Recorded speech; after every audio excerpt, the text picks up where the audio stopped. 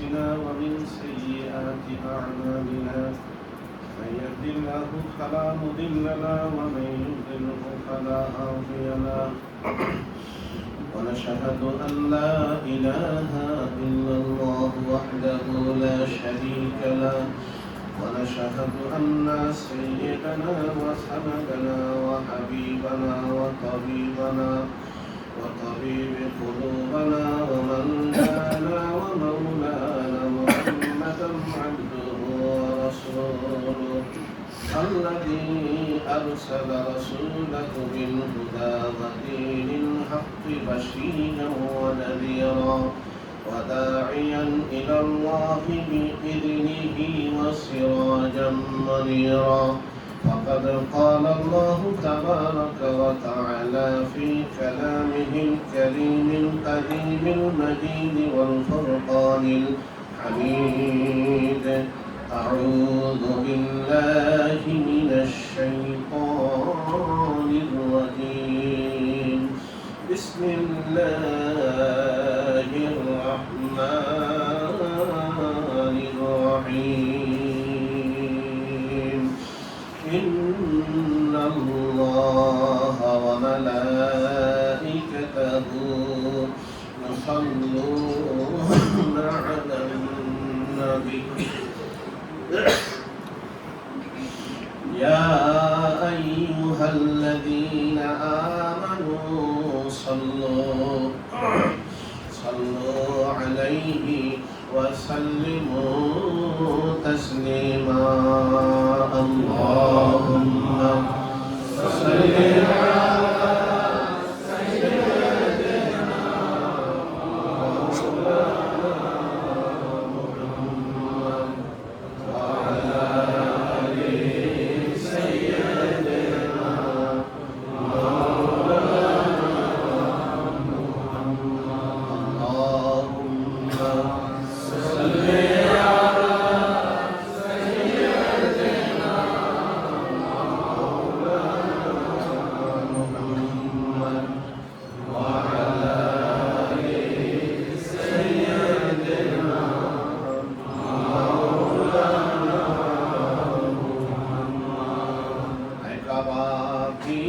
अब तक तेरे खुशबू से मुअत्तर मक्के का हर कुछ भी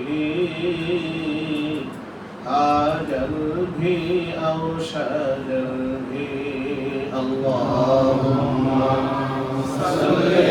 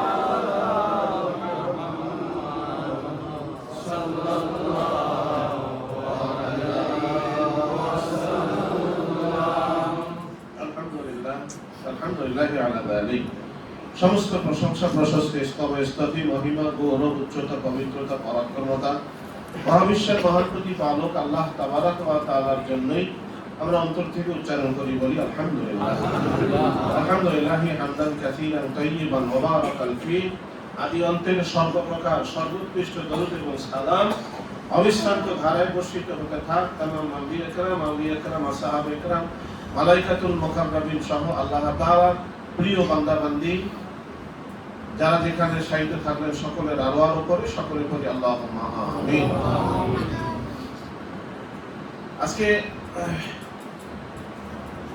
মক্তবাদে হযরত খাজা বাকী বিল্লাহ রহমাতুল্লাহ আলাইহি থেকে একটি বক্তব্য আমরা আজকে পাঠ করব। আমরা জানি সকলেই যে মক্তবাদ হযরতে মুজাদ্দিদ আল-বেসামি রহমাতুল্লাহ আলাইহির মক্তবাদ, চিরাচরিত আমরা ওইটাই পড়ে আসছিলাম। তো এর মধ্যে গত মাসিক মাহফিলে ঘোষণা দেওয়া হয়েছিল যে আলহামদুলিল্লাহ আমরা হযরত মুজাদ্দিদ আল-বেসামি রহমাতুল্লাহ আলাইহির উস্তাদ হযরত খাজা বাকী বিল্লাহ রহমাতুল্লাহি আলাইহি ওনার একটা বক্তব্য আমরা হাতে পেয়েছি, তার উর্দু থেকে আমরা অনুবাদ করতেছি। উনি বক্তব্য লিখেছেন, প্রথমে কোরআন হাদিসের কিছু দিক খুব গুরুত্বপূর্ণ আলোচনা করেছেন। তারপরে যেমন আমরা এই মজলিস করি, আলোচনা মাহফিল করি, এরকম আলোচনা মাহফিল উনি 18টা এখানে উল্লেখ করেছেন। এবং রুক্কা বলা হয় ছোট চিঠি, যাকে বক্তব্য আরবি ভাষার বক্তব্য বলা হয়, বক্তব্য বা চিঠি রুক্কা, এটা করেছেন 83টা। এরপরে সেজা শরীফের উপরে উনি কিছু বয়ান করেছেন। তো আমরা আজকে বরকতান, এটা প্রুফ কপি থেকে আবাদুলকে আমি দেখিয়েছি, উনি খুব দ্রুত এটা ছাপানোর জন্য নির্দেশ করেছেন। আমরা যেন চেষ্টা করি খুব দ্রুত এটা ছাপাইতে পারি। এই মক্তবাদে হযরত খাজা বাকী বিল্লাহ রহমাতুল্লাহ আলাইহি নিয়ামত প্রাপ্তির আশায় ওনার অনেকগুলো মজলিস থেকে তৃতীয় মজলিস আমরা একটা আলোচনা করছি, তারপরে একটা বক্তব্য আলোচনা করব। মজলিসের ওনার আলোচনার বিষয় ছিল সত্তাগত ও গুণগত মহব্বত। বিষয়টা মনে রাখলে আমাদের বুঝতে সুবিধা হবে। সত্তাগত, গুণগত মহব্বত, হুব্বে জাত ও হুব্বে সিফাত। রোজ জুমাবার 6 সফর 1019 হিজরি তারিখে এই অধম পুনরায় হযরত ঈশান রহমাতুল্লাহ আলাইহির খেদমতে উপস্থিত হলো। এই বক্তব্যে হযরত ঈশান বলতে হযরত খাজা বাকী বিল্লাহ রহমাতুল্লাহ আলাইহিকে নির্দেশ করেছেন, এবং যত জায়গায় বক্তব্যে হযরত ঈশান নাম পাবো আমরা জানবো যে ঈশান রহমাতুল্লাহ আলাইহি বলতে হযরত খাজা বাকী বিল্লাহ রহমাতুল্লাহ। সে মজলিসে মহব্বতে জাতি ও মহব্বতে সিফাতি এর বিশ্লেষণ নিয়ে আলোচনা শুরু হলো। হযরত ঈশান রহমাতুল্লাহ আলাইহি ইরশাদ করলেন, মহব্বতে জাতি হলো যখন কোনো ব্যক্তিকে তার বিশেষ কোনো গুণের কারণে বন্ধু হিসেবে গ্রহণ করে। যেমন তার গুণ একটা হচ্ছে জ্ঞান অথবা সুজাত, বীরত্ব, বা অন্য কোনো গুণের কারণে বন্ধুত্ব করা হয়। এমন অবস্থায় তার ভালোবাসা ওই জ্ঞান বা বীরত্বের গুণের উপর, কিংবা যে গুণের কারণে বন্ধুত্ব হয়েছে তার বন্ধুত্ব ওই গুণের উপরেই নির্ভরশীল থাকে। যদি কোনো কারণে সেই ব্যক্তির ভেতর থেকে ওই গুণগুলো দূর হয়ে যায়, তবে তার আর বন্ধুত্ব অবশিষ্ট থাকে না। পক্ষান্তরে মহব্বতে জাতি হলো যে এমন এক আকর্ষণ যেখানে কোনো জাগতিক স্বার্থ বা বিশেষ কোনো গুণের প্রয়োজনীয়তা থাকে না। নিঃস্বার্থ ও নিঃশর্ত ভালোবাসা, কোনো কারণ ছাড়াই সেই সত্তার প্রতি অন্তরের এক গভীর ভালোবাসার উদ্ভব হয়, যাকে হাকিকি মহাব্বত, খাঁটি প্রেম বলা হয়। হযরত ঈশান রহমাতুল্লাহ আলাইহি এই প্রসঙ্গে বলেন, এই ধরনের উচ্চতর মহব্বত মূলত আল্লাহ তাআলার অশেষ দান। সেই সময় মাওলানা আব্দুর রহমান জামি রহমাতুল্লাহ আলাইহির একটা কিতাব হযরতের সামনে রাখা ছিল। তিনি সেটি হাতে নিলেন এবং একটি হাদিসের কুদসি পাঠ করে শোনালেন। সে হাদিসে বর্ণনা করা হয়েছে মহব্বতে হাকিকি সম্পর্কে। হযরত ঈশান রহমাতুল্লাহ আলাইহি বললেন, আমাদের আধ্যাত্মিক তরিকার মূল ভিত্তি 3টি প্রধান বিষয়ের উপর প্রতিষ্ঠিত। প্রথমটি হচ্ছে আহলে সুন্নাত ওয়াল জামাতের সঠিক আকীদা বা বিশ্বাসের উপর সুদৃঢ় থাকা। দ্বিতীয়টি হচ্ছে দাওয়ামে হুজুর, অর্থাৎ প্রতি মুহূর্তে অন্তরের সাথে আল্লাহর একাগ্রতা বজায় রাখা। এবং তৃতীয়টি হচ্ছে একনিষ্ঠতার সাথে আল্লাহর ইবাদত বন্দেগীতে রত থাকা। যদি এই তিনটির কোনো একটির মধ্যে ত্রুটি দেখা যায়, তবে আধ্যাত্মিক পথ চলায় বিঘ্ন ঘটে। এরপরে ফকিহ যিনি লিখছেন তিনি বলছেন, এরপরে ফকির বিনীতভাবে আরজ করলো, হুজুর আপনার এই অমূল্য কথাগুলো কি আমি কাগজে লিখে রাখতে পারি? হযরত ঈশান রাহমাতুল্লাহ অত্যন্ত খুশি মনে কথাগুলো লিপিবদ্ধ করবার অনুমতি প্রদান করলেন। তিনি বললেন, এটি তোমার ও সত্যান্বেষী গণের জন্য অনেক বড় নিয়ামত হবে। এই হচ্ছে মজলিসের আলোচনা। তাহলে আমরা এখানে কি বুঝলাম পাঠে? যে একজন মানুষ আরেক মানুষকে ভালোবাসে নিশ্চয়ই তার কোনো গুণের কারণে। কি? ছেলেটা ব্যবহার ভালো, বিহেভটা ভালো, এ কারণে গুণ, একটা গুণ। লোকটা খুব জ্ঞানী, এ কারণে তার ভালোবাসা। লোকটার বুদ্ধিমত্তা, উপস্থিত প্রত্যুৎপন্ন মতিত্ব অত্যন্ত চৌকস, এ কারণে ভালোবাসে। সুজাত, বীরত্ব, এ কারণে ভালোবাসে। প্রত্যেকটা মানুষ আমরা আরেকজনকে ভালোবাসি কোন গুণের কারণে। যখন কোন গুণের কারণে ভালোবাসা হবে, এই ভালোবাসাটা হবে সেফাতি, ঘুরবে সেফাতি, গুণের উপর ভালোবাসা। আর যখন এই কোন গুণই থাকবে না, জাগতিক কোন স্বার্থই থাকবে না, শুধু নিঃস্বার্থভাবে শুধু তাকে ভালোবাসা যাবে, গুণ থাকলেও ভালোবাসবো, গুণ না থাকলেও ভালোবাসবো, এইটা হচ্ছে মহব্বতে জাতি, একান্ত জাতের ভালোবাসা। বুঝতে পারছি আমরা? এই গুরুত্বপূর্ণ এখানে আলোচনাটা করেছেন যে মহব্বতে জাতি এবং মহব্বতে সেফাতি হচ্ছে কোনটা? যে মহব্বতে সেফাতি হচ্ছে যে কোনো ব্যক্তি যখন কোনো আরেকজন কোন ব্যক্তিকে ভালোবাসে তখন তার ওই গুণের কারণে ভালোবাসে। আর এই গুণটা যখন চলে যায়, তারপরে যদি তার ভালোবাসাটা অটুট থাকে, ওই ভালোবাসাটা হলো মহব্বতে জাতি। আর যদি ওই গুণ চলে গেলে তার ভালোবাসাটা আর থাকে না, তাহলে এটা হবে গুণের ভালোবাসা, মহব্বতে সেফাতি। এরপরে আব্দুর রহমান জামি রহমাতুল্লাহ আলাইহির কিতাব থেকে যে হাদিসে কুদসি ইনি শুনিয়েছেন হযরত ঈশান রহমাতুল্লাহ আলাইহি, সেখানে মহব্বতে হাকিকি সম্পর্কে উনি বলছেন যে মহব্বতে হাকিকি বা আধ্যাত্মিক যে তরিকার নিয়ামত, এই নিয়ামতটা প্রাপ্তি হবে, অটুট থাকবে তিনটি শর্ত যদি আমরা মানতে পারি। তো প্রথম শর্তটা উনি বলছেন যে আহলে সুন্নাত ওয়াল জামাতের সঠিক যে আকীদা, এই আকীদা অনুসারে আপনার আমার আকীদাকে ঠিক করে নিতে হবে। আর আপনি আমি তো জানি যে মানুষ মাপ পাবে কিসের কারণে? আমলের কারণে না আকীদার কারণে? কি কোনটা গুরুত্বপূর্ণ, আমল না আকীদা? এই জন্য তো বলা হয় সাকলিস দীনাকা ওয়া ইয়াকফিকা আমালুন কালিল। যদি তোমার দ্বীন আকীদা যদি পরিশুদ্ধ হয়, তাহলে অল্প আমলও নাজাতের জন্য কি হয়ে যাবে? কারণ হয়ে যাবে। তাহলে আমাদের কোনটাকে করা উচিত? আকীদা ঠিক করা উচিত। এখন আকীদা কোন অনুসারে ঠিক করব? মানদণ্ডটা কি? আকীদার মানদণ্ডটা আল্লামা জামিল এই হাদিসের কুদসির বয়ানের পর আল্লামা ঈশান রাহমাতুল্লাহি আলাইহি তিনি বলছেন যে আকীদাটা হবে, আমাদের মানদণ্ডটা হবে আহলে সুন্নাত ওয়াল জামাতের আকীদা অনুসারে। এখন আকীদার অনেক মাসলা মাসাইল বের হইছে, হুজুররা বের হইছে, বক্তারা বের হইছে, অনেক গ্রুপ বের হইছে। আহলে হাদিসরাও আহলে সুন্নাত ওয়াল জামাত দাবি করে। মূলত আহলে সুন্নাত ওয়াল জামাত কারা?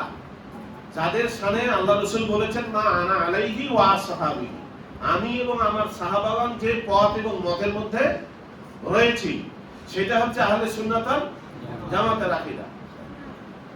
আমি আরো আগে আপনাদের সামনে আলোচনা একটা করেছিলাম যে কোরআন অন্তহীন এক জ্ঞান, অভিজ্ঞান, অন্তহীন এক সাগর, যার কুল কিনারা নাই।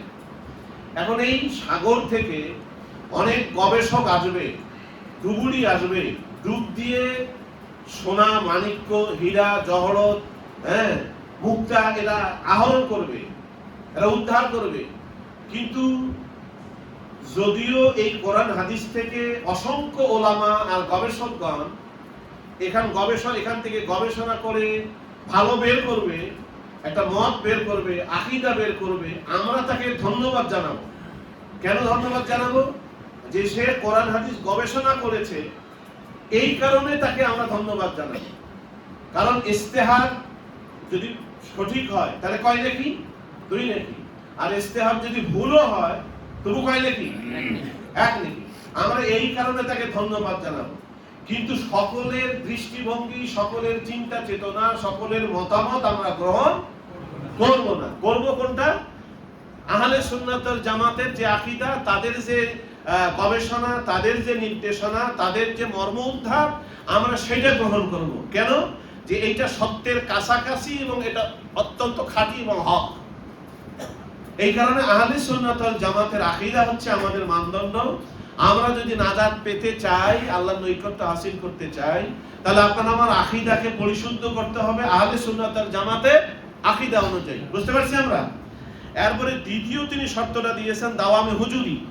দাওয়ামে হুজুরি গত মাহফিলে আমরা আলোচনা করেছি যে নকশাকার এবং নকশাকারের সাথে জ্ঞানগত সম্পর্ক, শরীরগত কোনো সম্পর্ক না, অবয়বগত কোনো সম্পর্ক না। আর নকশাকার বা আর্টিস্ট সে স্থায়ী, কিন্তু নকশাটা স্থায়ী না।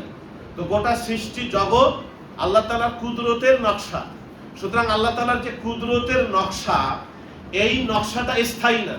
মানে গোটা আমরা যা কিছু পরিদৃশ্য হচ্ছে আমাদের আল্লাহর সৃষ্টি জগতের, যা কিছু আমাদের চোখের সামনে আমরা দেখতে পাচ্ছি, যা কিছু পরিদৃশ্য হচ্ছে, এটা একটাও স্থায়ী না। আর যা দেখা যায় না, অদৃশ্য, সেটাই কিন্তু স্থায়ী।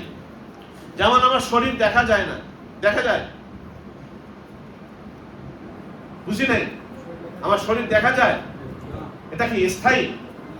যা দেখা যায় তা স্থায়ী, কিন্তু আমাকে আমি দেখতে পাচ্ছি না। ওইটা স্থায়ী না অস্থায়ী? ওইটা ভালোবাসাটা কি দেখা যায়? ওইটা কি স্বভাব দেখা যায়? এটা কি গুনাহ? আর যা কিছু দেখা যায় অস্থায়ী। সুতরাং এই সৃষ্টি জগৎ আল্লাহর কুদরতের নকশা, এতে একটাও থাকবে না। যেহেতু থাকবে না, এটার কোনো অস্তিত্ব আগেও ছিল না, এখনো নাই, ভবিষ্যতেও থাকবে না। কোন চিন্তাশীল ব্যক্তি হয়তো ভাবতে পারেন যে এখন কেমন নাই অস্তিত্ব। যাহা আয়নার সামনে যখন আপনি দাঁড়াবেন, আয়নার সামনে আপনার প্রতিবিম্ব যখন দেখা যায়, আচ্ছা বলুন তো এই প্রতিবিম্বটা কি আয়নার ভিতরে থাকে না আয়নার বাহিরে থাকে? না, এটা আয়নার ভেতরেরও বস্তু না, এটা আয়নার বাহিরেরও কোনো বস্তু না।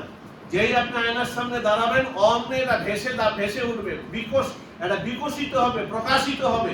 এই প্রকাশটা স্থায়ী না। ঠিক গোটা সৃষ্টি জগৎ আল্লাহর কুদরতের নকশাটা ভেসে আছে, এটা কখন ভেঙে যাবে এটা কোনো স্থায়ী না। স্থায়ী একমাত্র কে? আল্লাহ। এজন্যই কোরআন শরীফ বলছেন কুল্লু মান আলাইহা ফান ওয়া ইয়াবকা ওয়াজহু রাব্বিকা যুল জালালি ওয়াল ইকরাম। তাহলে স্থায়ী একমাত্র কে? আল্লাহ।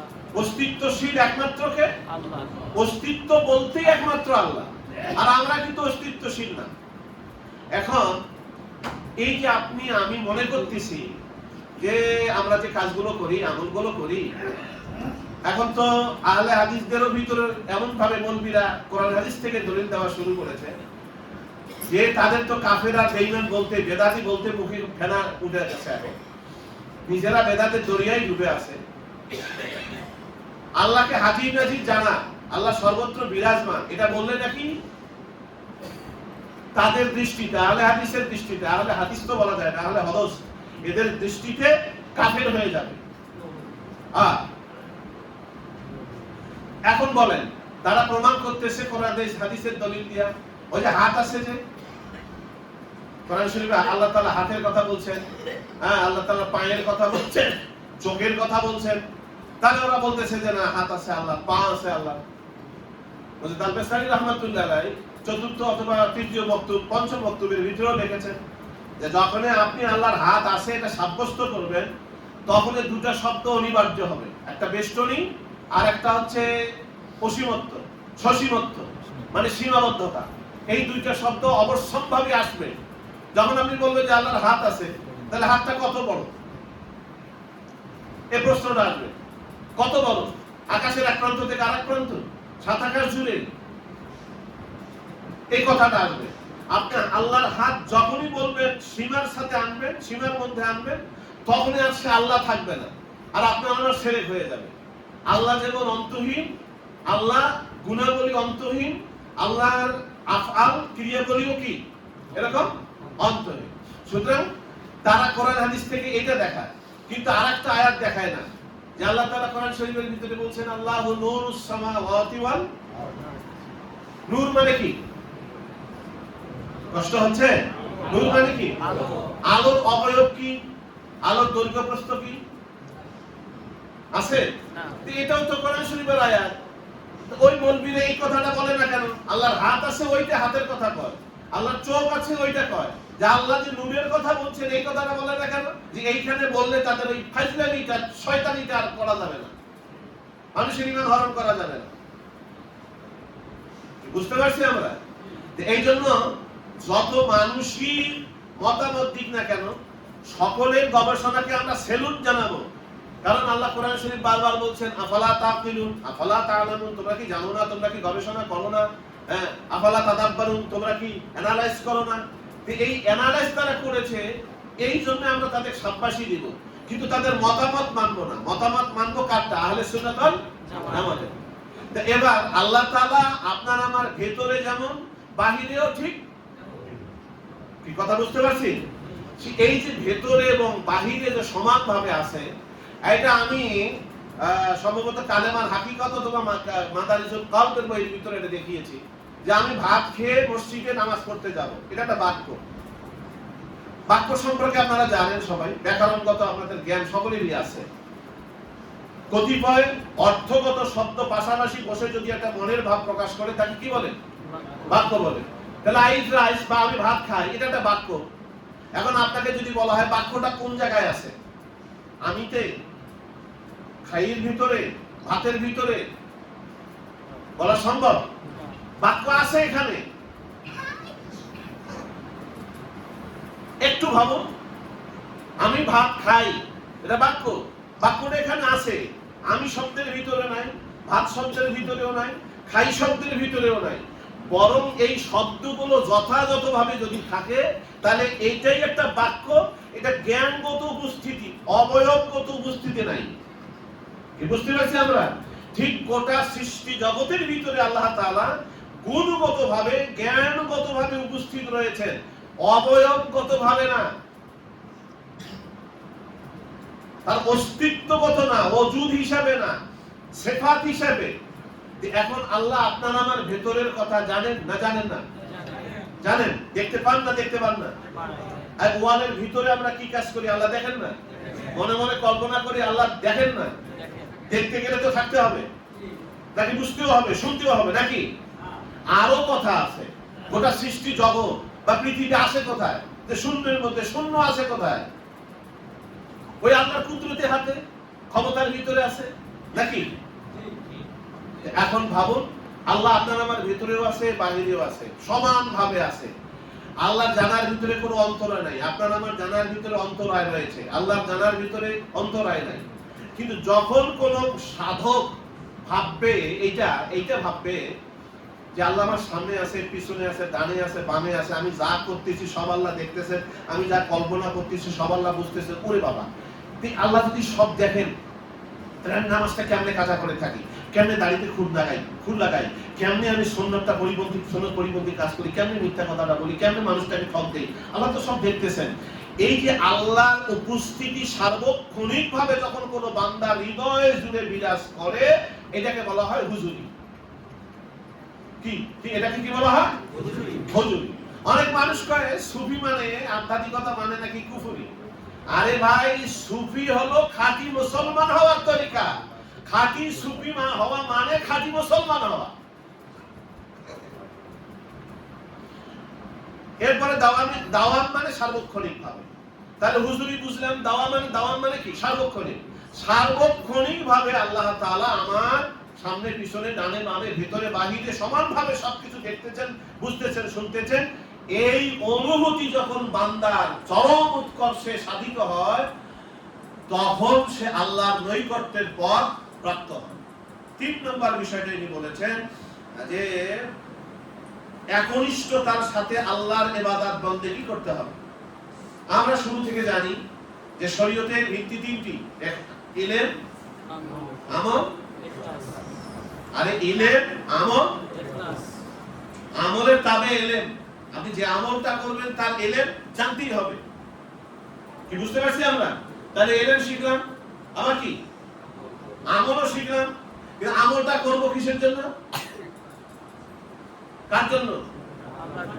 এই একান্ত আল্লাহর জন্য করা, ওইটা হলো খালেস, ওইটার নাম হলো ইখলাস। এই জন্য এই বক্তব্যের ভিতরেও লিখছেন যে সাধকদের ভিতরে 3টা শ্রেণী রয়েছে। আল্লাহর যারা বান্দা, খাঁটি বান্দা, তাদের ভিতরে 3টা শ্রেণী।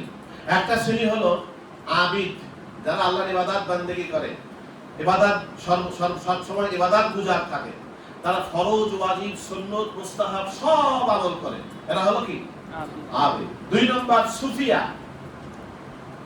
এই ফরজ, ওয়াজিব, সুন্নত, মুস্তাহাব আমলের পরেও আল্লাহর নৈকট্য হাসিলের আপ্রাণ চেষ্টা করে, সাধ্য সাধনা চালায়, এবং তারা আহলে কাশফ হয়। আহলে কাশফ এবং আহলে শুহুদের ভিতরে যে পার্থক্য গত মাহফিলে আমরা আলোচনা করেছি, তারপরে সংক্ষেপ বলছি এই যে আহলে কাশফ যারা, তারা জাগতিক বিষয়, আল্লাহ ছাড়া গায়রুল্লাহর সব বিষয় তারা জানতে পারেন। এটা মানুষ সম্পর্কে জানতে পারেন, মানুষের হাল জানতে পারেন, মাকাম জানতে পারেন, অনেক কিছু আল্লাহ তাআলা তাকে দেখাতে পারেন, আহলে কাশফ। কিন্তু আহলে শুহুদ আল্লাহ ছাড়া আর কারো দিকেই মুতাওয়াজ্জা থাকে না, ওরা শুধু আল্লাহর একেবারে জাতের দিকেই মুতাওয়াজ্জা থাকে, সৃষ্টির প্রতি তাদের কোনো চিন্তাই নাই। এটা হলো আহলে কাশফ।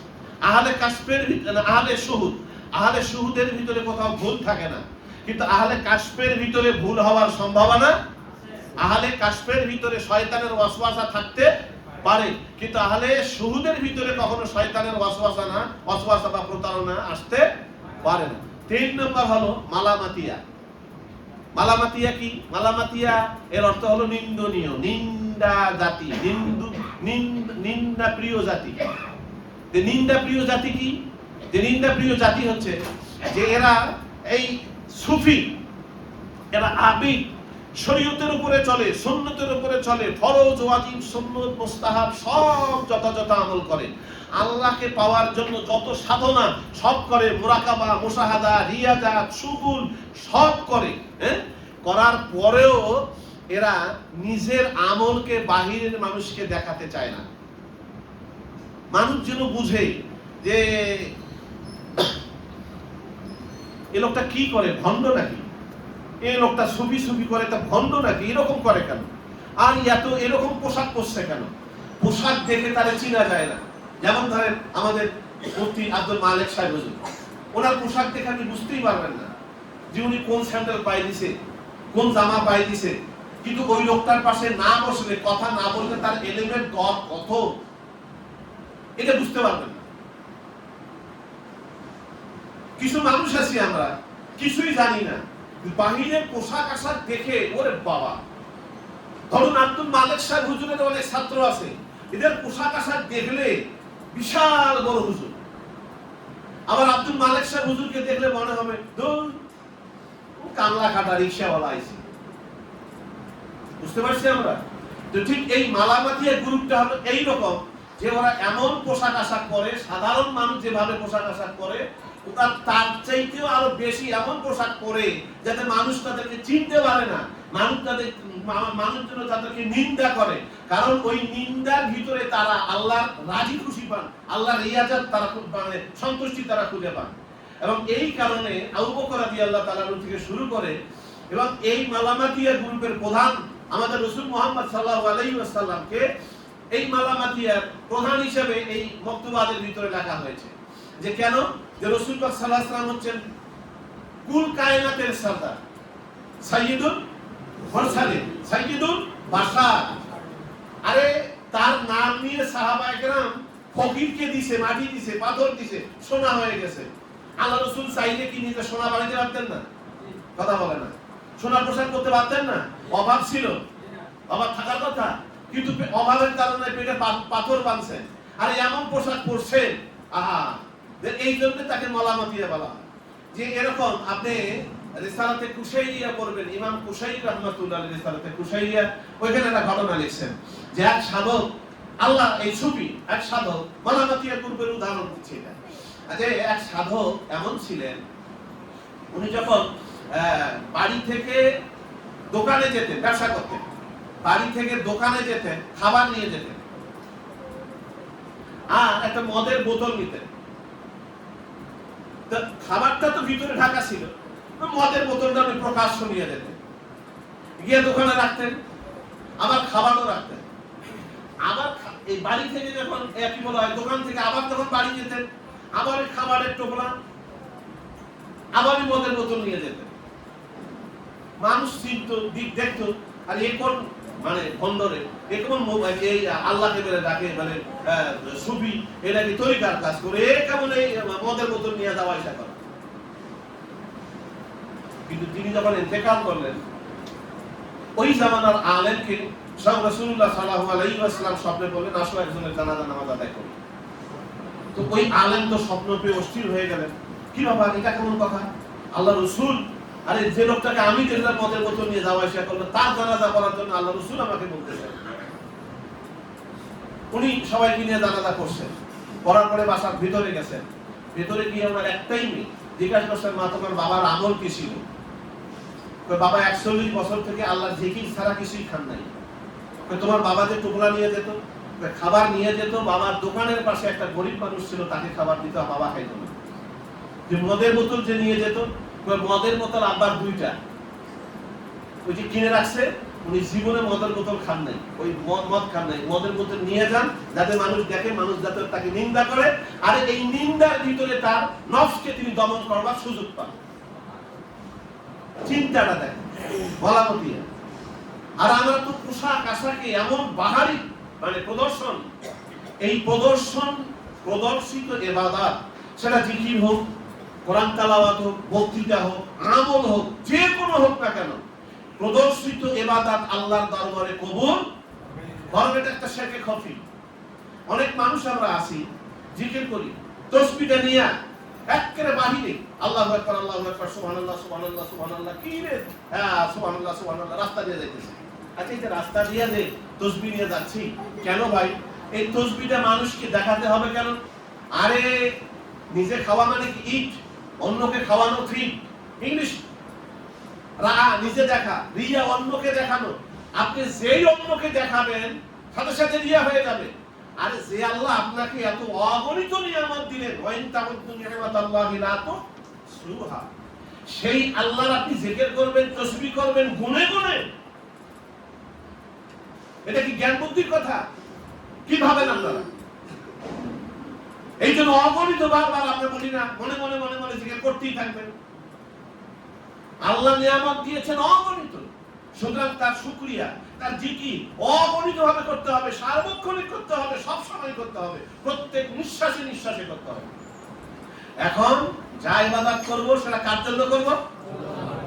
এই শিক্ষাটাই দেওয়া হয় তরিকা খাস মুজাদ্দা দিয়ে, তুই মেরে রেজায়ে তেরি মুসকো রহমত, ইয়া ইলাহি কি, ইয়া ইলাহি মাকসুদ মেরা, তুই রেজায়ে তেরি মুসকো রহমত, মোহাব্বত, মারিফাত নসিবে আতা কর। আমাদের একটাই সওয়াব আল্লাহ তাআলার মহব্বত, এটা ছাড়া আর আমাদের কোনো সওয়াব নাই, আছে নাকি? যদি মাঝখানে কিছু থাকে তাহলে ইবাদত সব বরবাদ, ইখলাস হবে না, খালেস হবে না।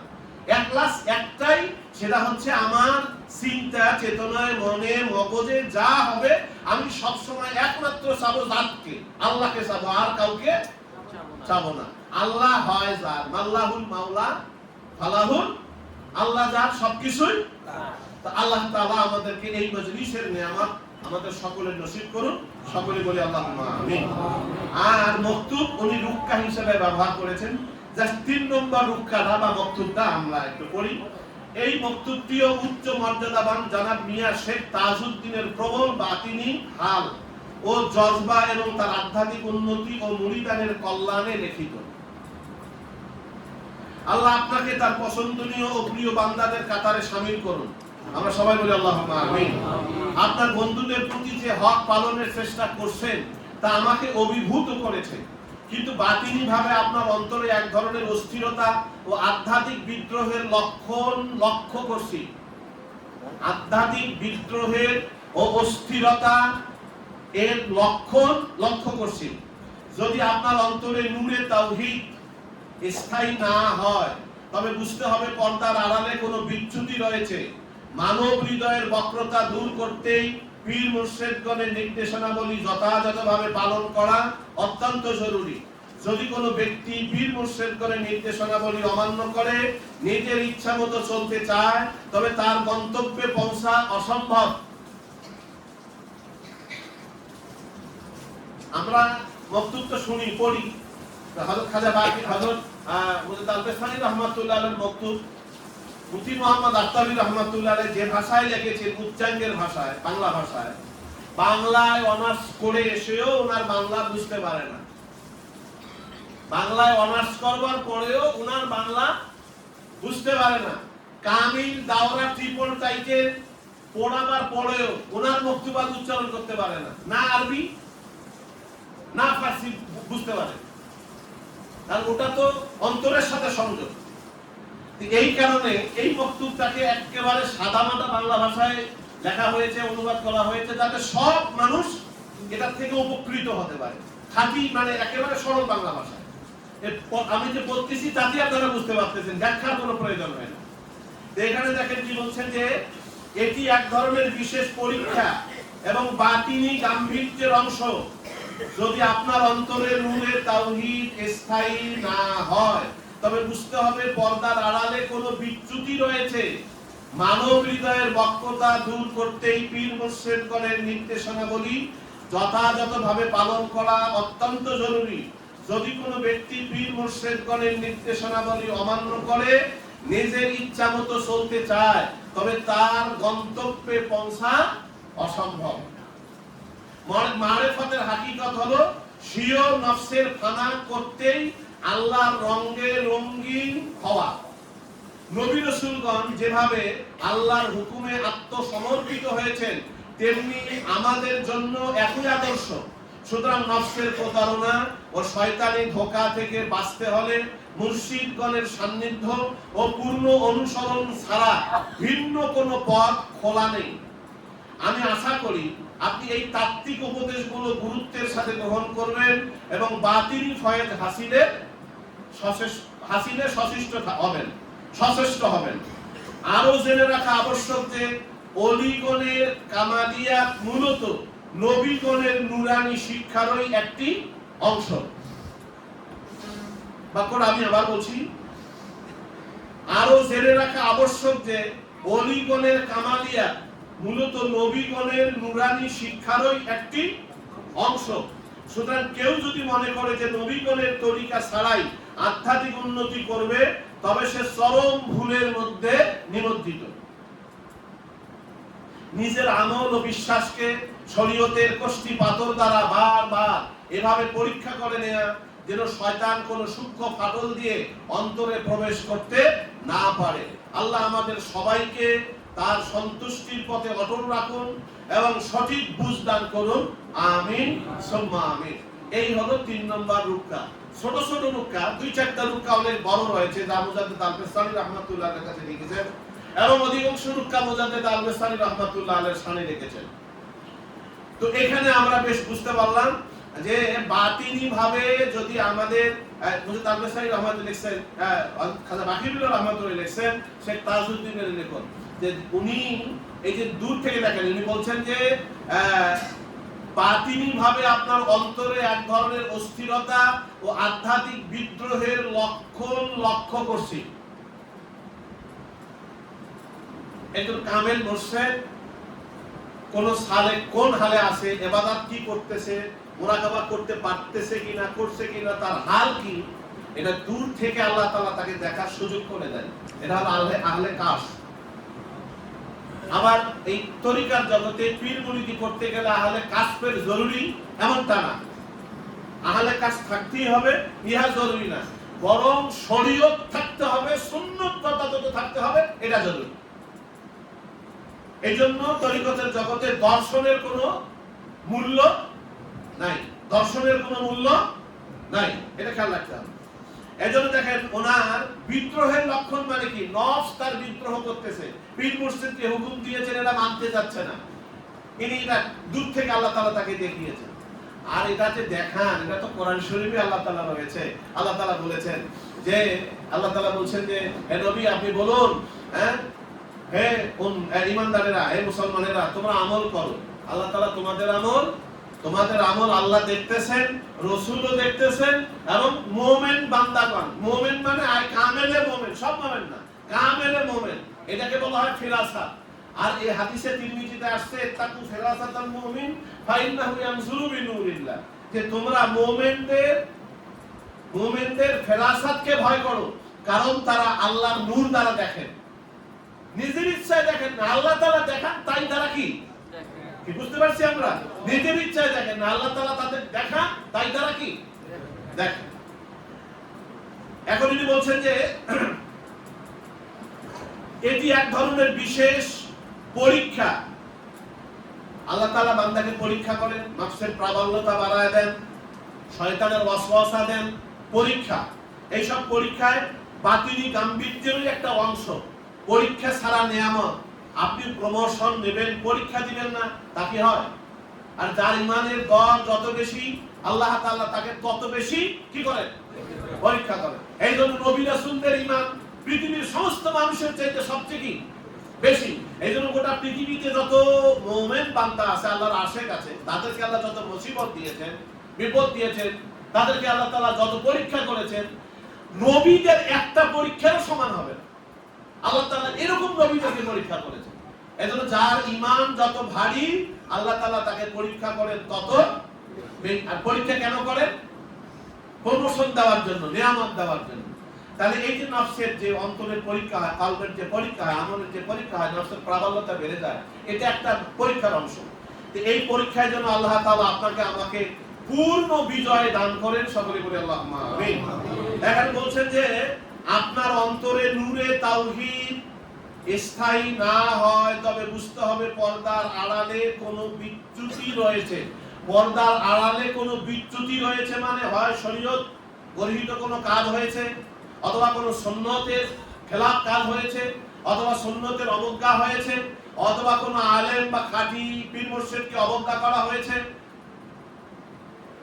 অনেক হেকায়েতে সাহাবার ভিতরেও পাবেন, এবং এই কি বলা হয় তাজকিরাতুল আউলিয়ার ভিতরেও পাবেন।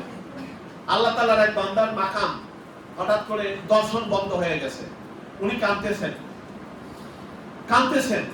তো কাঁদতে স্বপ্নে দেখতেছেন দুই ফেরেশতা এসে বলতেছে, আজে শুনছো কি হয়েছে দেখি, আজে এই লোকটার না মাকাম বন্ধ হয়ে গেছে, আগে যা দেখতো কাজ সব বন্ধ হয়ে গেছে।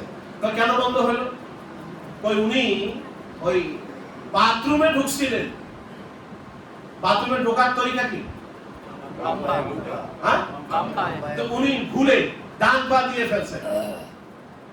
এটা অ্যাভেলেবল মানুষের হচ্ছে, কিন্তু যারা আল্লাহর আশিক তাদের জন্য এটা হওয়া শোভনীয় নয়। উনি ঘুম থেকে উঠে তাহাজ্জুদ পড়ে সেজদায় গিয়ে এই যে কাঁদতেছেন, কাঁদতে আল্লাহ তাআলা তাকে ক্ষমা করে দিয়েছেন, যখন দেখতে পাচ্ছেন। তো এই যে সুন্নত একটা খেলাফ ভুলে পড়ে, দেখেন তার কাজ কি হয়ে গেছে? বন্ধ হয়ে গেছে। এখন এখানে বলছেন যে পর্দার আড়ালে কোনো বিচ্যুতি রয়েছে। আবার এই বিচ্যুতিটা শয়তানের ওয়াসওয়াসা হতে পারে, নফসের প্রতারণা হতে পারে, সারকাশি হতে পারে। তাহলে মানব হৃদয়ের বক্রতা দূর করতে পীর মুর্শিদগণের নির্দেশনাবলী যথাযথ পালন করা অত্যন্ত জরুরি। এখন বলুন, মানব হৃদয়ের বক্রতা কি? রব্বানা লা তুযিগ কুলুবানা, দোয়া করি না আমরা? রব্বানা লা তুযিগ কুলুবানা বা'দা ইয হাদাইতানা। হে আল্লাহ, আমার কলবকে হেদায়েত দেওয়ার পর বাঁকা পথে নিয়ে যেও না। বাঁকা পথ মানে কি? গোমরাহ। জোরে বলেন, বাঁকা পথ মানে কি? বক্র পথ মানে শয়তানের পথ, গোমরাহির পথ। এই পথে নিয়ে যেও না। এখন এখানে বলছেন যে হৃদয়ের বক্রতা যদি দূর করতে হয়, মানে গোমরাহি দূর করতে হয়, তাহলে পীর মুর্শিদগণ শরীয়ত সিদ্ধ যেভাবে সাধনার নির্দেশনা দিবে, তার এক চুলও কম বেশ করা যাবে না। যদি কেউ করে থাকে, তাহলে এখানে বলছেন যে যদি কেউ এরকম করে থাকে, তবে তার গন্তব্যে পৌঁছাটা কি হবে? অসম্ভব। গন্তব্য কি? ওই যে তুহি মেরে রেজায়ে তেরি, আল্লাহ সন্তুষ্টি, ইয়া ইলাহি মাকসুদ মেরা তুহি রেজায়ে তেরি। আর কোন গন্তব্য আছে নাকি? আর কোন লক্ষ্য আছে নাকি? আমাদের লক্ষ্য কি? শুধু আল্লাহর সন্তুষ্টি। সুতরাং এই লক্ষ্য থেকে যেন আমাদেরকে আল্লাহ তাআলা বিচ্যুতি না ঘটান, আল্লাহ তাআলা আমাদেরকে যেন এই নিয়ামত দানে দুনিয়া থেকে বিদায় করেন, সকলে বলে আল্লাহুম্মা আমিন। বাস, এই গন্তব্যে পৌঁছানো অসম্ভব। তাহলে গন্তব্যে পৌঁছতে গেলে পীর মুর্শিদগণ শরীয়ত এবং সুন্নত অনুযায়ী যে নিয়ম আপনাকে আমাকে দিবেন, এভাবে নামাজ পড়ো, এভাবে উযু করো, এভাবে জিকির করো, এভাবে সুন্নাতের উপরে চলো, ঠিক সেভাবে আপনাকে আমাকে চলতে হবে। যদি একটু দেওয়ানিগিরি করি তাহলে বুঝতে হবে আত্মসমর্পণ আপনার আমার খাঁটি হয় নাই। আত্মসমর্পণটা খাঁটি। এইখানে দেখেন শেষের দিকে এসে বলছেন আজে নবী রাসূলগণ যেভাবে আল্লাহর হুকুমে আত্মসমর্পিত হয়েছেন তেমনি আমাদের জন্য একই আদর্শ। নবী রাসূলগণ আল্লাহ তাআলার কোন হুকুম মেনেছেন আর কোন হুকুম মানেন নাই, এমনটা কি বুঝতে পারতেছেন? আল্লাহ তাআলার হুকুম নবীগণ মেনেছেন 99%, 99%, 99.99% না 100 হ্যাঁ, তাহলে এইটাই হচ্ছে আপনার আমার আদর্শ। আপনার আমারও ওই 100 মানতে হবে, কোনটা মানবো আর কোনটা আপাতত মিনুনা বিবাদের কিতাব আছে না, করে শুরু করা কিছু মানবার কিছু মানবা না, তাহলে দুনিয়াও ভেজাল, আখিরাতেও তো শাস্তি আছে। সুতরাং কিছু মানবো কিছু মানবো না এটা না, সমর্পণ যদি হতে হয়, আত্মসমর্পিত যদি হতে হয় একেবারে পরিপূর্ণভাবে হতে হবে। এই জন্য তো মাঝে মাঝে এক ঘটনা বলি। মুফতি রিয়াসাত আলী খান শাহজাহানপুরী রহমাতুল্লাহি আলাইহি, যার একটা কিতাব আমরা অনুবাদ করেছি, আপনারা অনেকে পেয়েছেন, যারা পান নাই যোগাযোগ করবেন। এখানে নেয়ামত উজমা, ভারতবর্ষের গোল্ড মেডালিস্ট মুফতি রিয়াসাত আলী খান শাহজাহানপুরী রহমাতুল্লাহ, তো উনি গেছেন এরশাদ হোসেন আহমদী রহমাতুল্লাহ আলাইহির কাছে বায়াত নেওয়ার জন্য। এরশাদ হোসেন আহমদী রহমাতুল্লাহ প্রথম দিন ওনাকে বিদায় দিয়েছেন। কেন বিদায় দিয়েছেন? উনি বলছেন आप लोग तो आलिम लोगों का दिल में इल्म का फखर होता है, फखर होने से ये काम नहीं बनेगा, तुम चला जाओ। আলেমদের মাঝে এখন কিন্তু অধিকাংশ আলেমদের মধ্যে ইলমের ফখর, শিক্ষিতদের মাঝে জ্ঞানের ফখর। যদি অহংকার এই পথে সামান্যতম থাকে, আর মুসলিম শরীফের প্রথম খণ্ড 46 হাদিসে আছে কি, যে যার দিলের ভিতরে যাররা পরিমাণ অহংকার থাকবে, লা ইয়াদখুল জান্নাতা মান কানা ফি কালবি মিসকালা যাররাতিন মিন কিবরিন। এই মিন কিবরিন সামান্যতম, মিন যাররাতিন মিন কিবরিন, অহংকার থেকে যাররা পরিমাণ অহংকার যদি কারো দিলের ভিতরে থাকে, সে জান্নাতে যেতে পারবে। এই অহংকার দূর করার জন্যই তরিকা। বুঝের অহংকার, আমলের অহংকার, ধনের অহংকার, জানার অহংকার, এই সাধনার অহংকার, মাকামের অহংকার, পুরাণের অহংকার। অনেক মানুষ কি এখনো শুনি কয়, মিয়া তুমি তো কালকে বায়াত দিছো, আমি কতদিন থেকে জানো না। মাকাম দিয়া মাপ পাওয়া যাবে? কথা কয় না, মাকাম দিয়া মাপ পাওয়া যাবে?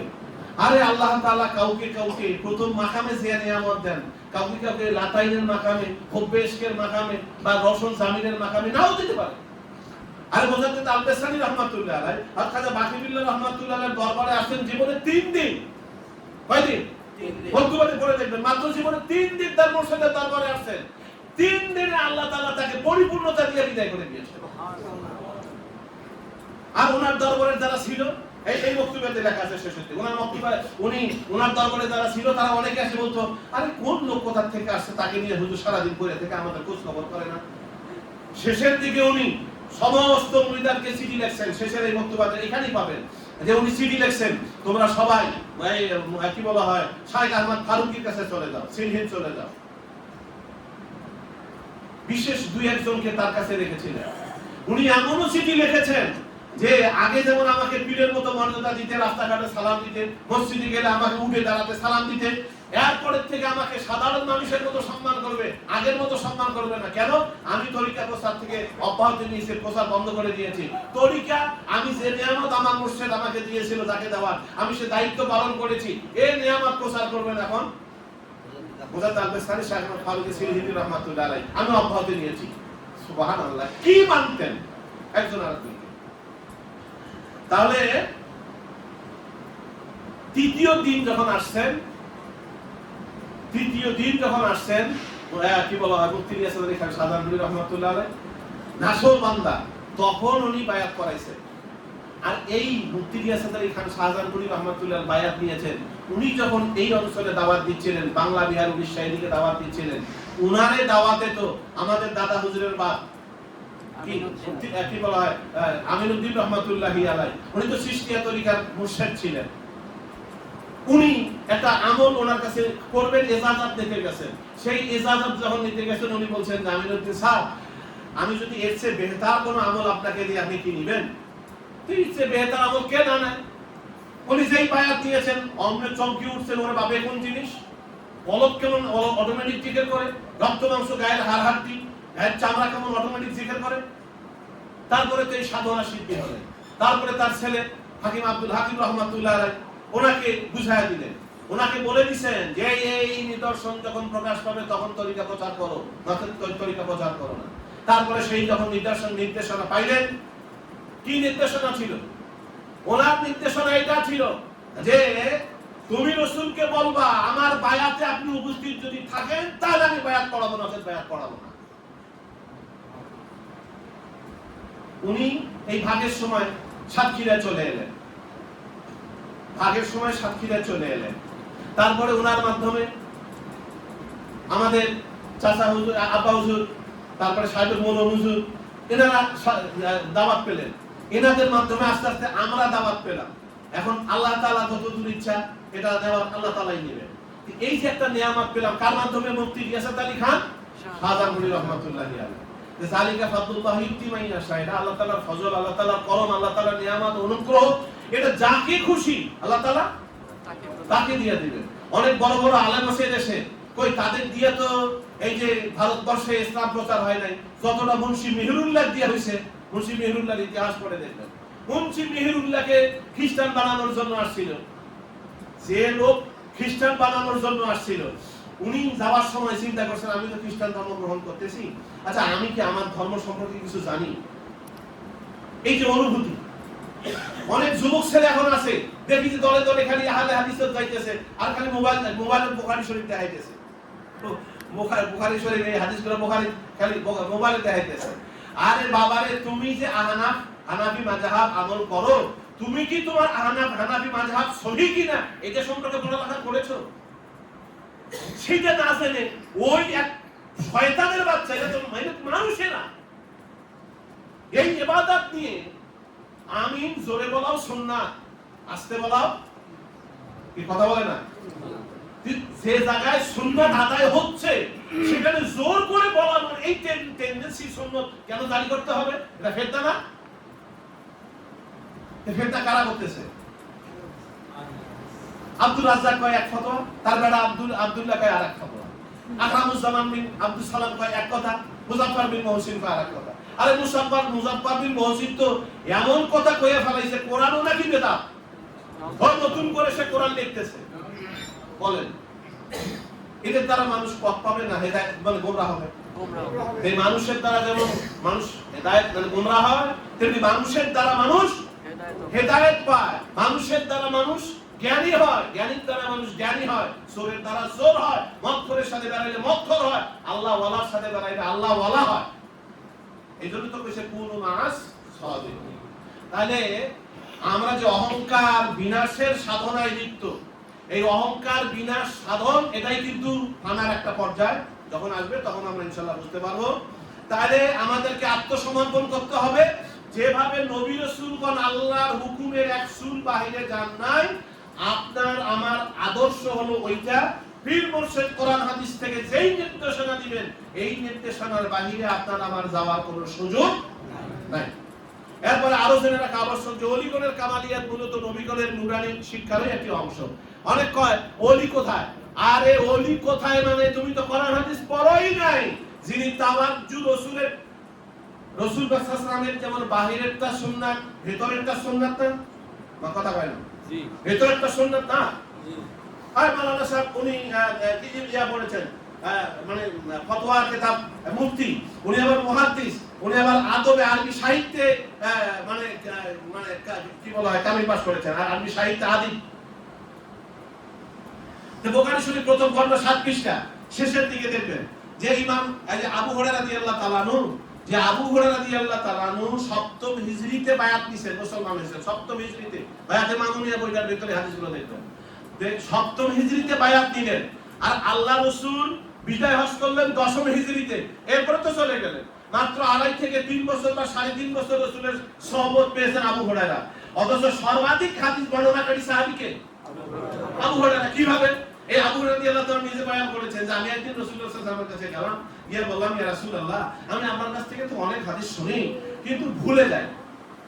আল্লাহ রাসূল বললেন, "উফসুদ রেদাকা, তোমার চাদরটা বিছাও।" আল্লাহ আবু হুরায়রা চাদরটা বিছালেন। আল্লাহ নবী কি যেন এইভাবে দেওয়ার মতো করে দিলেন আর বললেন, "তোমার বুকে লাগাও।" বুকে লাগাইলেন। আবু হুরায়রা বলছেন, আর পরের থেকে আমি রাসূলের যত কথা শুনেছি একটাও ভুলে যাই না। এটা ইলমে তাওয়াজ্জু। একজন আলেমের ইলমে তাওয়াজ্জু থাকা দরকার এবং তাওয়াজ্জু সনদ থাকতে হবে। ইলমে শরীয়ত যেমন থাকতে হবে, ইলমে শরীয়তের সনদ থাকতে হবে। হাদিস যদি আমি পড়ি তাহলে হাদিসের সনদ আমার ওই আব্দুল্লাহ ইবনে আব্বাস, আব্দুল্লাহ ইবনে ওমর রাদিয়াল্লাহু তাআলা আনহু, আবু হুরায়রা রাদিয়াল্লাহু তাআলা আনহু, সাঈদ ইবনে মুসাইয়্যিব রাদিয়াল্লাহু তাআলা আনহু, তাবিঈন, সাহাবী, ওনাদের মধ্যে ওই পর্যন্ত যেতে হবে, রাসূল পর্যন্ত যেতে হবে সনদ। কেরাত যদি বলি, ইলমে কেরাত, কেরাতেরও সনদ আছে, কেরাতের সনদ আমার থাকতে হবে। তাফসীর যদি আমি বলি, তাফসীরের সনদ থাকতে হবে। কোনো না কোনো ভাবে আমি কার কাছে তাফসীর শিখলাম, আমার উস্তাদ কার কাছে শিখলো, এইভাবে সনদ সনদ বাইয়া বাইয়া অন্তত আব্দুল্লাহ ইবনে আব্বাস রাদিয়াল্লাহু তাআলা রাইসুল মুফাসসির তার কাছ পর্যন্ত যেতে হবে। এই ইলমে তাওয়াজ্জুরও সনদ থাকতে হবে, বায়াতেরও সনদ থাকতে হবে। বায়াতে মামুনিয়া বইটা দেখবেন যে ওখানে বলা হয়েছে যে বায়াত যে 6টা হাদিসের 6টার উপরে এক হাদিসে 299 পৃষ্ঠা বুখারী প্রথম খণ্ডে আসছে যে আমরা বায়াত নিয়েছি। কি বলছেন? যে আশহাদু আল্লা ইলাহা ইল্লাল্লাহ ওয়া আন্না মুহাম্মাদুর রাসূলুল্লাহ, এর উপরে এটা সাক্ষ্য দেওয়ার উপরে বায়াত নিয়েছি। ওয়া ইকামিস সালাহ, নামাজ কায়েম করবে এর জন্য বায়াত নিয়েছি। ওয়া ইতাইস যাকাত, যাকাত দেব সেজন্য বায়াত নিয়েছি। ওয়া তাআতি বলা হয় ওয়াসসামিঈ, রাসূলের কথা শুনবে এর জন্য বায়াত নিয়েছি। ওয়া তাআতি, রাসূলের আনুগত্য করব এর জন্য বায়াত নিয়েছি। ওয়ান নুসহি লিকুল্লি মুসলিমিন, প্রত্যেক মানুষকে নসিহত করব, দাওয়াতের কাজ করব সেজন্য বায়াত নিয়েছি। তাহলে এই দাওয়াতের কাজ করতে গেলে বায়াত থাকা লাগবে, কথা কয় না? আচ্ছা, আমি যদি বায়াত পড়াই, আমার কারো কাছে বায়াত দেওয়া লাগবে। আর আমি যদি কারো কাছে বায়াত না দেই তাহলে কি আমি এই হাদিসগুলো মানছি? কথা কয় না? আমি এই জন্য তরিকতের ভাষায় সিলসিলা যেটাকে বলা হয়, সূত্র শৃঙ্খল সনদ, এটা অটুট থাকতে হবে, শরীয়ত থাকতে হবে, সুন্নাত থাকতে হবে, তাওয়াজ্জু দেওয়ার ক্ষমতা থাকতে হবে। আজকে তো পীর মুরিদিতে দেশ ভরে গেছে, তাওয়াজ্জু দিয়ে কোনো মানুষের দেহকে 40 দিনের ভিতরে ঠিকের ময় করে দেবে এরকম আলেম বাংলাদেশে নাই। নাই, মাকাম বুঝেন না, আরো উল্টা ফতোয়া দেন। মাকাম পাইলেন কোথায়? সব বেদাত বেদাত বেদাত। আরে বায়াত করাও নাকি এখন বেদাত? বলেন, এত হাদিস থাকার পরেও বায়াত বেদাত। এই যে আমরা ষড়যন্ত্রের, মুসলমানরা ষড়যন্ত্রের ফাঁদে পড়ে গেছি। আর আখিরি জামানায় ওই সুতা ছেড়ে গেলে তসবির দানা যেমন একটার পর একটা পরে ফিতনা এভাবে আসতেছে। এই ফিতনার জামানায় খাঁটি মানুষের সাথে থাকবেন, শরীয়ত সুন্নতের উপরে থাকবেন, আর যত আমল করার আল্লাহ তৌফিক দিবেন, কারো দিকে তাকাবেন না, তাকাবো একটাই, ইয়া ইলাহি মাকসুদ মেরা তুহি রেজায়ে তেরি মুস্ক রহমত মোহাম্মদ মারিফত নসিবা। তখন আমাদের চাওয়া ওই একজনই, আর কোনটা চাবো না। না জান্নাত তো চাবো, জাহান্নামের ভয় কাঁদবো। হ্যাঁ, এইটা খুব খেয়াল রাখতে হবে। আমরা চাবো শুধুমাত্র কাকে? আল্লাহকে। আল্লাহ সন্তুষ্টি ছাড়া আর কোনো আমাদের চাওয়া পাওয়া নাই। এবং যিনি এটা জানেন, যিনি যে ব্যক্তিটা তাওয়াজ্জু দিয়ে মানুষের দিলকে জিন্দা করে দিতে পারবেন, তার কাছে এসে সমর্পিত হতে হবে, বায়াত নিতে হবে, এই মানুষের সাহচর্য নিতে হবে। সাহচর্য ছাড়া লাভ করা যাবে না। জ্ঞানীর কাছে না গেলে জ্ঞানের কথা পাওয়া যায় না, হাফেজের কাছে না গেলে হাফেজ হওয়া যায় না, মুফতি সাহেবের কাছে না পড়লে মুফতি হওয়া যায় না। আরে মুহাদ্দিসের কাছে পড়ালেখা না করলে হাদিসের ইফতা করা যায়, কি বলা হয়, হাদিসের দাওরা দেওয়া যায় না। মুফাসসিরের কাছে না গেলে তাফসীরের জ্ঞান পাওয়া যায় না। কবির কাছে না মিশলে কাব্যিক জ্ঞান পাওয়া যায় না। কথা বল। এই জন্য তো সঙ্গ দোষে দোহা বসে। হাজার আলেম, আমার আব্বা হুজুর, আমাদের মরহুম আব্বা হুজুর যিনি ছিলেন, কি বলা হয়, মামুনুর রশিদ রাহমাতুল্লাহি আলাইহি, ওই যে শাইখুল হাদিস আজিজুল হক, এই যে মামুনের মামুনুর হকের আব্বা, মাওলানা মুফতি আজিজুল হক, শাইখুল হাদিস আজিজুল হক, ওনার সাথে তো ওই যে জামাত বিরোধী একটা প্ল্যাটফর্ম তৈরি করেছিলেন। ওই সময় এশরুবানি কাবেলার মধ্যে দেখেছিলেন। আপনারা তো অনেকেই জানেন। সে আব্বা হুজুর ওই সময় মুফতি আজিজুল হক রহমাতুল্লাহ আলাইহি, আব্বা হুজুর তো ভার্সিটির ছাত্র, ওনাকে জিজ্ঞাসা করছেন, মুফতি আজিজুল হক মানে বুখারী শরীফের অনুবাদক, আর বাংলাদেশের সাহিত্যের ভিতরে শাইখুল হাদিসদের ভিতরে অন্যতম। তিনি আব্বা হুজুরকে জিজ্ঞাসা করছেন, হুজুর হাদিসের ভিতরে, আমি তো বিশ্বাস করি করেন বিশ্বাস, হুজুর হাদিসের ভিতরে তো মোতারেজা আছে, আছে না হুজুর? মুনাসেবাত কিভাবে হবে? উনি সহজ কথায় উত্তর দিয়েছেন, হুজুর যদি ফেরাসাত থাকে, যে আলেমের ফেরাসাত আসে সেই মুনাসেবাত করবে, তার ফেরাসাত নাই সে মুনাসেবাত করতে পারবে না। বলছে যে হুজুর হাজার হাজার মুফতি মুহাদ্দিস কেউ এই কথাটা পারে না, আপনি এক বাক্যে আমাকে উত্তর দিলেন, এই হাদিসের সনদটা কি বলুন তো? আব্বা হুজুর সব বন্ধ করে হাদিসের সনদ বলে দিয়েছেন, আল্লাহ তাকে এইরকম জ্ঞান দিয়েছিলেন। সুবহানাল্লাহ। ফেরাসাত আলাদা জিনিস, কিতাবের জ্ঞান থাকলেই ফেরাসাত থাকবে তা না, ফেরাসাত এটা আল্লাহ তাআলার নিয়ামত। সুতরাং যার কাছে ফেরাসাত আছে, যার কাছে তালবে তাওয়াজ্জু দেওয়ার ক্ষমতা আছে, ইসমে শরীয়ত সুন্নাত আছে, যারা মানুষকে আল্লাহর পথে নিয়ে যেতে চায়, যেখানে ভোট নাই, আকাত নাই, মিছিল নাই, মিটিং নাই, গণতন্ত্রের কোনো লেশ নাই, যারা বাংলাদেশে ইসলামী আইন প্রতিষ্ঠা করতে চায়, সব গণতন্ত্রের মূলে, আর গণতন্ত্র খাস হারাম। সে যেই কোনো ব্যক্তি গণতান্ত্রিক ব্যবস্থাপনায় ইসলামী আইন প্রতিষ্ঠা করতে চাবে, সে 3 থেকে 350 আয়াতের বিপক্ষে দাঁড়াবে। সে মুসলমান হিসাবে আমি মনে করি ঈমান নিয়ে যেতে পারবে না। 2, এটা আল্লাহ তাআলার ইচ্ছা, কাউকে কাউকে আল্লাহর ঈমান নিয়ে দেওয়ার সুযোগ দিতে পারেন। কিন্তু আমি এই আয়াতের অনুসরণ করছি, একটা আয়াতের বিরোধিতা করে কি ঈমান নিয়ে যাওয়া সম্ভব? না। আর যেই লোকগুলো আল্লাহ তাআলা খেলাফত শাসন দিয়েছেন, সেই খেলাফত শাসন, ইসলামী শাসন ব্যবস্থা, সেটা বাদ দিয়া আমি গণতান্ত্রিক ব্যবস্থাপনায় ইসলাম প্রতিষ্ঠা করার জন্য গেলাম, এরা ক্ষমতায় গেলেও কোনদিন এদের দ্বারা ইসলামী আইন খেলাফত প্রতিষ্ঠা করা সম্ভব না। কারণ এরা এই গণতান্ত্রিক প্যারায় যে পড়ে গেছে, এখান থেকে আর বের হতে পারবে না। আর যদি খেলাফতের শাসন নমুনা দেখতে হয়, তাহলে এই ফকির দরবেশের এই সিলসিলা, এই যা নির্দেশ হয় তাই হচ্ছে। উনি যা বলবেন এটাই উনি আমল, উনি যা বলছেন তাই আমরা আমল করব। কথা পাই না? এইটাই উলিল আমল, এটাই হলো খেলাফতের নমুনা। এটা যদি দেশ সারা দেশে হয়, সারা পৃথিবীতে দূরে হয়, বাস আলহামদুলিল্লাহ।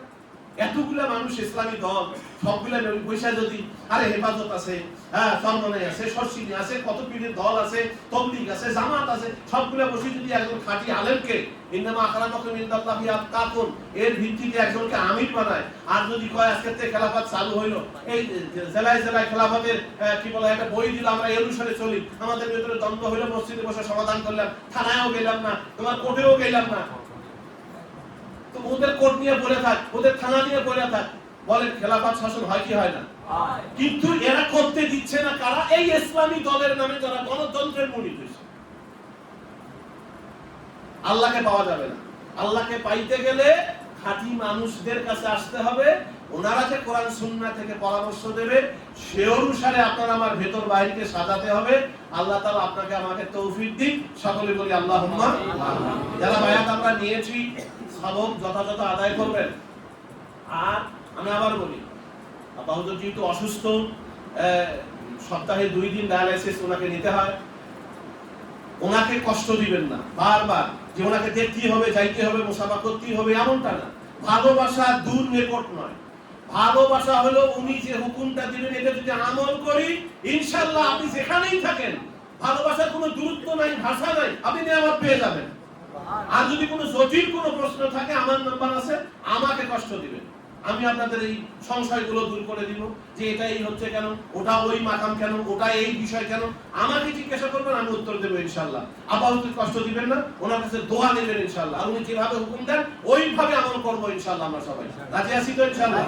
আর যারা বায়াত গ্রহণ করেন নাই, ভাই বায়াত মানে কি? তওবা করা। বায়াত মানে কি? তওবা করে না। আরে আমরা গুনাহগার না, স্বীকার করতে অসুবিধা আছে? আমরা মুমিন, তবে আমরা কি গুনাহগার। গুনার উপরে ইস্তেগফার থাকা শয়তানের সেবা, গুনাহ থেকে বের হয়ে আসা, আল্লাহর প্রিয় বান্দা হওয়া এটা নবুয়তি সিফাত।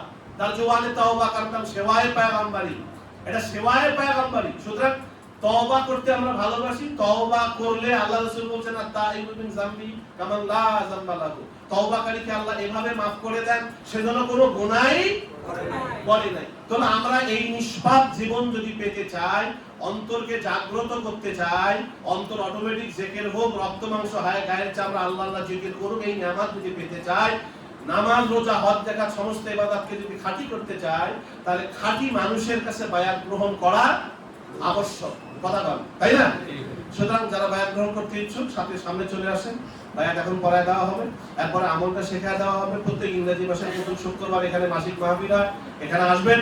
আর আগামী মাসিক মাহফিলে যেহেতু রবিউল আউয়াল 26 তারিখ হবে, আমরা পরবর্তী প্রথম মাসিক মাহফিলে ওই দিনে আমরা নাতে রাসূল হামনাথ এইগুলা আমরা অনুষ্ঠান করব ইনশাআল্লাহ।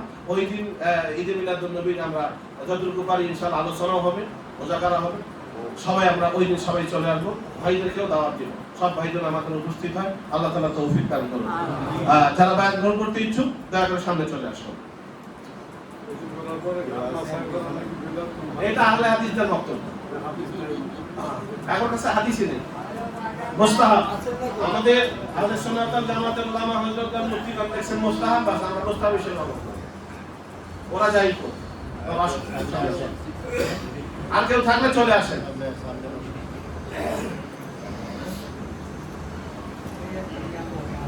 আর কেউ আছে একটু কিছু জিজ্ঞেস করুন।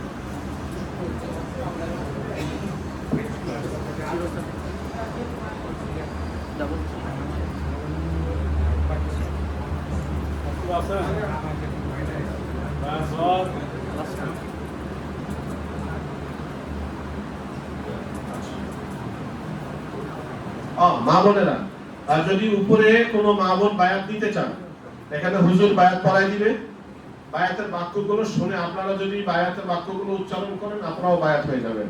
আর আমাদের বোনরা ওখানে আছে, বললে আপনাদেরকে আমলের বই দিয়ে দিবে।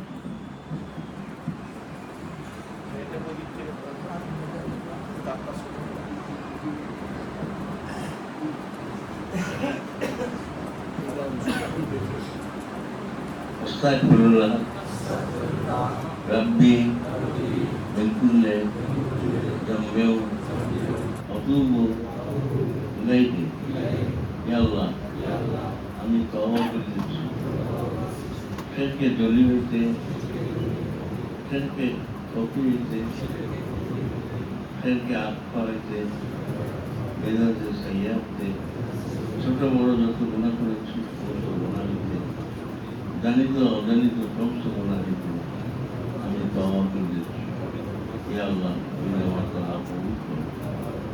আমি স্বীকার করছি লা ইলাহা ইল্লাল্লাহ মুহাম্মাদুর রাসূলুল্লাহ। আমি মরিদ ও বায়াত হইলাম কাবরিয়া, চিশতিয়া, নাকশবন্দিয়া, মুজাদ্দিদিয়া, 4 তরিকা আমার সিলসিলা জারি থেকে খাস মুজাদ্দিদিয়া তরিকা অনুসারে। আল্লাহুম্মা আমিন।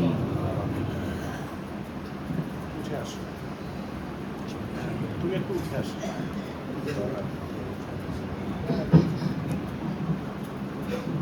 যে মা বোন বায়াত নিয়েছেন, খেয়াল রাখবেন আমাদের প্রত্যেকের বান্ধবদের দোয়াগুলো নিচে লতিফা কল, এখানে খেয়াল করে মনে মনে আল্লাহ আল্লাহ জিকির করবেন। জিকিরের সময় শরীর দুলবে না, মাথা ঢুলবে না, ঠোঁট নড়বে না।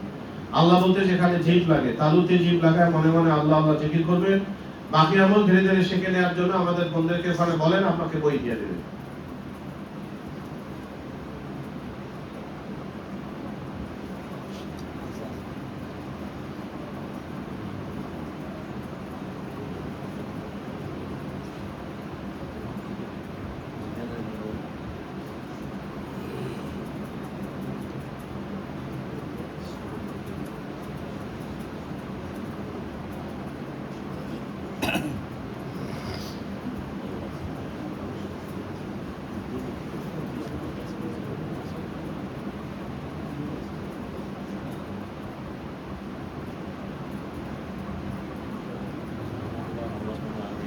اللهم آمين।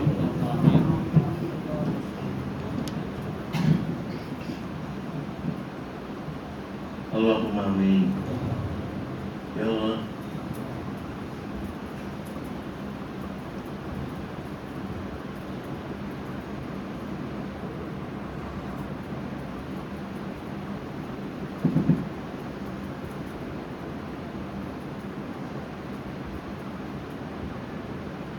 La ilaha illallah.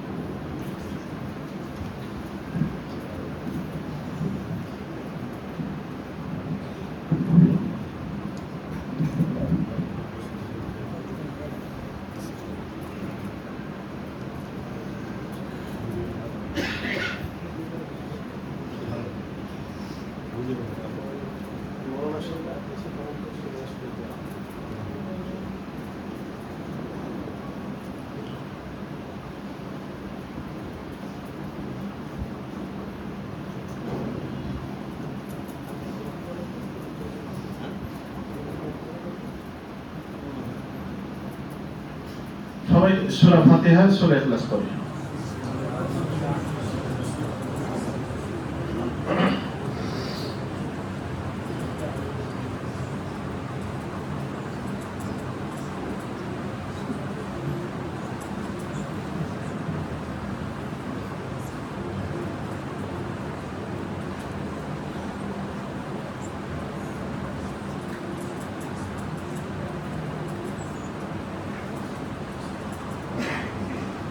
اللهم آمين. سبحان الله وبحمده سبحان الله العظيم. سبحان الله والحمد لله ولا إله إلا الله والله أكبر. لا حول ولا قوة إلا بالله. لا إله إلا الله وحده لا شريك له. أحدا صمدا لم يلد ولم يولد ولم يكن له كفوا أحد. ربنا ظلمنا أنفسنا وإن لم تغفر لنا وترحمنا لنكونن من الخاسرين. ربنا لا تزغ قلوبنا بعد إذ هديتنا وهب لنا من لدنك رحمة إنك أنت الوهاب. إلهي درك دریائے گناہ تو بدانی وخد اشکی گواہ. إلهي بحق بانی فاطمہ کے برقوب ایمکونی خاتمہ. بزرگوں کی نہیں ہم کو ضرورت গোলাম আপনা বানালে আয় খোদায়া. আয় আল্লাহ তাআলা আপনি আমাদের জিন্দেগীর সমস্ত গুনাহ মাফ করে দেন। বাকি জীবনে আপনার সন্তুষ্টির জীবন আপনি আমাদের দান করেন আল্লাহ। আল্লাহ আমাদের মা বাবা আপনজন আত্মীয় স্বজন যারা চলে গেছেন তাদেরকে আপনি ক্ষমা করে দেন। যারা অনাগত ভবিষ্যতে আসবে তারা আমরা সবাই যেন আপনার ক্ষমাপ্রাপ্ত বান্দা হয়ে দুনিয়া থেকে যেতে পারি আল্লাহ সে তৌফিক আপনি আমাদের দান করে দেন। আল্লাহ যে আলোচনা হয়েছে তার নিয়ামত আমাদের সবাইকে আপনি দান করে দেন। আমাদেরকে আমল করার তৌফিক দান করে দেন। সমস্ত উম্মতে মুহাম্মাদীকে আপনি মাফ করে দেন। সমস্ত উম্মতে মুহাম্মাদীর উপরে আল্লাহ আপনি রহমত নাজিল করেন। আল্লাহ নির্যাতিত মুসলিম মুসলমানের উপরে আপনি বদরের নুসরত জারি করে দেন। দুনিয়াদার আলেম দুনিয়াদার রাজা বাদশা ভণ্ডবিদ ফকিরদের ওয়াসওয়াসা থেকে আমাদের ঈমান আমল আকীদাকে আপনি হেফাজত করেন। আল্লাহ আপনার খাঁটি যারা মানুষ খাঁটি যারা বান্দা তাদের সাহসকে আপনি আমাদের নসিব করে দেন। বিশেষ করে আপনার বান্দা ইমাম মাহদী আলাইহিস সালামের সাহসকে আপনি আমাদের নসিব করে দেন। আয় আল্লাহ তাআলা তরিকে খাস মুজাদ্দিদের নিয়ামত আমাদের দেশ পার্শ্ববর্তী দেশ সহ গোটা দুনিয়ায় দ্রুত থেকে দ্রুত ছড়িয়ে দেওয়ার ব্যবস্থা করে দেন আল্লাহ। এই তরিকার নিয়ামত প্রচারের ক্ষেত্রে আল্লাহ আপনি দয়া করে কুদরতিভাবে দায়িত্ব গ্রহণ করুন মাহবুব। আল্লাহ আমরা আপনার মোতাবাজ্জা হয়ে আছি মাহবুব। আমরা আপনার মুখাফিককে আল্লাহ আল্লাহ দয়া করে আমাদেরকে আপনি আপনার মুখাফিকি করে রাখবেন। দুনিয়ার কোনো মাল আসবাব কারো মুখাফিকি করবেন না আল্লাহ। আল্লাহ যেগুলো কল্যাণকর সেইগুলো আপনি আমাদের দান করেন, যেগুলো অনিষ্টকর সেগুলো থেকে আপনি আমাদের হেফাজত করেন আল্লাহ। আল্লাহ আমাদের ভাইদের ভিতরে অনেক মানুষ অনেক ভাইরা নেক বাসনা যাদের আছে রয়েছে মাহবুব, সকলের নেক বাসনাকে আপনি কবুল আর মঞ্জুর করে নেন আল্লাহ। আমাদের ভাইদের ভিতরে যারা অসুস্থ রয়েছেন মাহবুব, ও আল্লাহ দয়া করে আপনি শারীরিক মানসিক আধ্যাত্মিক সব রকমের রোগ থেকে আপনি আমাদের নিরাময় দান করে দেন আল্লাহ। আল্লাহ দয়া করে আমাদের পীর মুর্শিদ আব্বাসুর রহমান দয়া করে অসুস্থ মাহবুব তাদেরকে আপনি শেফায়ে কামেলা কুল্লিয়া নাজেলা দান করে দেন। ও আল্লাহ আপনি দয়া করে আমাদেরকে মক্কা মদিনা মুসাফির হওয়ার তৌফিক দান করে দেন। এই দেহগুলোতে হেরামের কাপড় না জড়ানো পর্যন্ত কাপড়ের কাপড় দিয়ে একটা ছায়া নিয়েন না আল্লাহ। আল্লাহ আপনি দয়া করে আপনার ভালোবাসা আপনার নবীর ভালোবাসা দ্বারা আমাদের সিনাগুলো ভরপুর করে দেন আল্লাহ। আপনি দয়া করে আপনি যাদেরকে মহব্বত করেন আমরাও যেন তাদেরকে ভালোবাসতে পারি সে তৌফিক দান করেন আল্লাহ। আয় আল্লাহ আপনি দয়া করে আপনার ভালোবাসা আপনি আমাদেরকে দান করেন না। या इलाही मुझसे मुझको दूर कर ताकि बाशी मुझमें तुझको एक नजर।